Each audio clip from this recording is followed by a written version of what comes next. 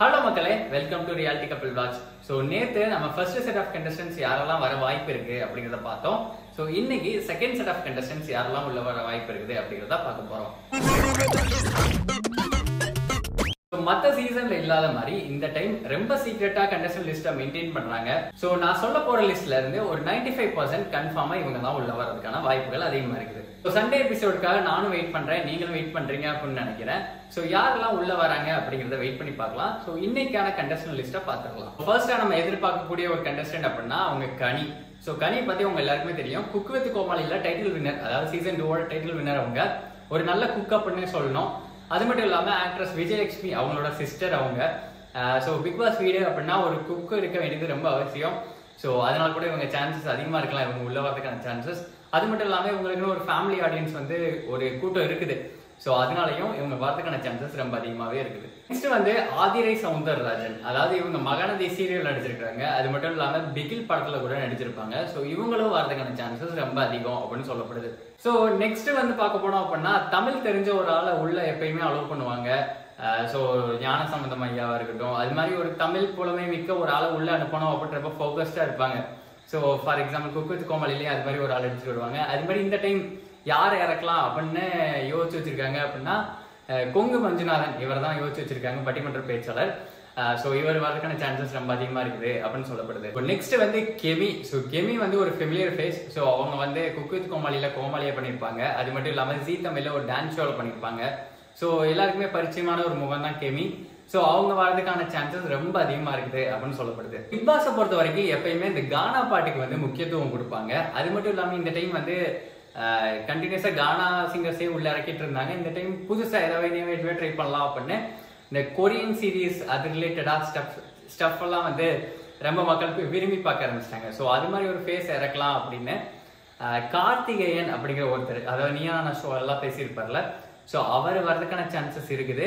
அவரு அப்படிலாம் துஷார் அப்படின்னு ஒருத்தர் இருக்காரு, துஷார் ஜெயபிரகாஷ்.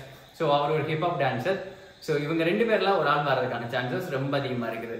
நெக்ஸ்ட் பார்க்க போனா மலையாள பிக் பாஸ்ல வந்து இந்த லெஸ்பியன் அப்படிங்கிற ஓரின சேர்க்கையாளர் அப்படிங்கிற ஒரு பேஸ் பண்ணி ஒரு 2 கண்டஸ்டன்ட் இறக்கிட்டு இருந்தாங்க.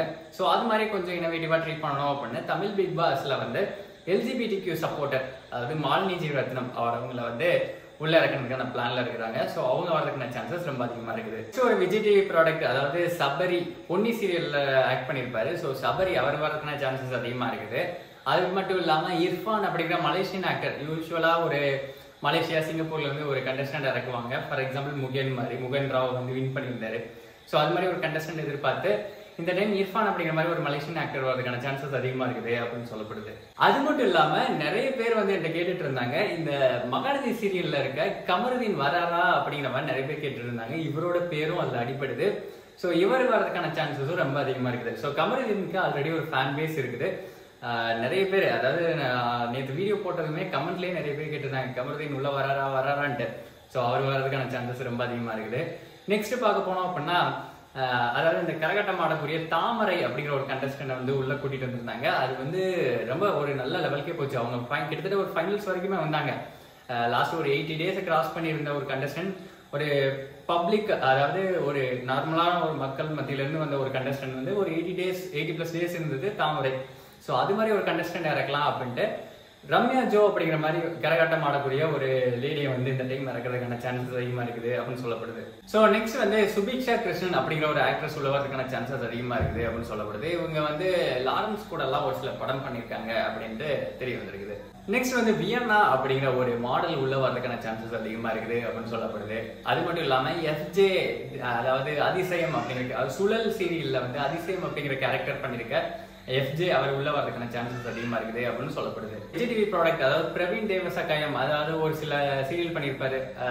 இப்போ ரீசெண்டா போயிட்டு இருக்கிற ஒரு மகள்னு முடிவு ஒரு சீரியல், அவ்வளவுதான் எனக்கு தெரியும்.